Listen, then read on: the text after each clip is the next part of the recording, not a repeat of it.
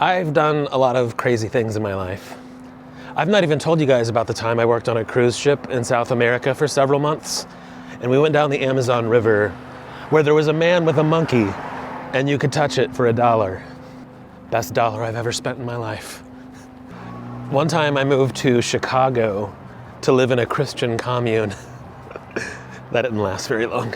But the time I want to tell you about is the era of my life right before this one. I was about to turn 40, and I was so tired of being broke. I had spent all of my life up to that point trying to do something in the performing arts.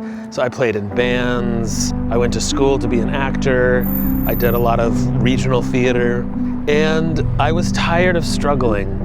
And I was like, I'm about to turn 40, I've got to do something different. So I found a day job, a 9-to-5 with health insurance and a steady salary, and I had never had that before. And for a minute, it was really good. Just having like steady money, not having to worry about like where this month's paycheck was gonna come from. It's exactly what I needed for a minute. And then little by little, year after year, I experienced the cliche, like midlife crisis, feeling trapped. But the person who was the boss at this place was one of those bosses that just sort of lorded it over you, do you know what I mean?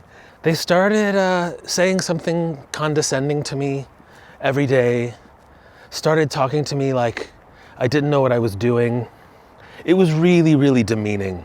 Every single day for months and months and months and years. And it sucked because this place had like a creative element to it, and I had a whole lifetime of being a creative artist, and this employer just didn't see me. They didn't see my value.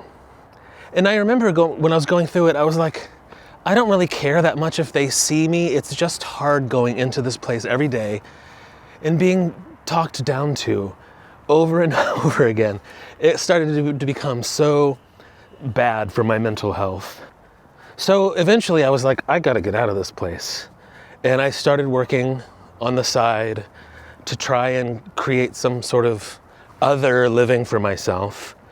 And that's when I really dove into photography and really fell in love with photography. And eventually I opened up my own studio. And actually, through that experience, photography became my favorite art form. I feel like it's me being my truest artistic self. And at some point when I'm ready, I think that's what I'll focus on completely. That'll be my artistic old man years. And then the pandemic happened. And then, you know, as the story goes, my social media blew up. And it was funny, in the early days of so many people tuning into me on TikTok, I was working on a photo book, and I was like, maybe these people will be interested in buying my photo book.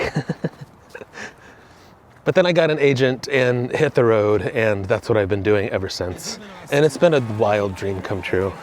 But I think about those years before this era where I felt bad about myself and felt trapped and had just become a middle-aged guy stuck in a job he didn't like. I'm weirdly grateful for all the times in my life that sucked. It all led to this place. So if you're going through it, if you're stuck, if you feel like nothing can be different, it can be different. You can do it.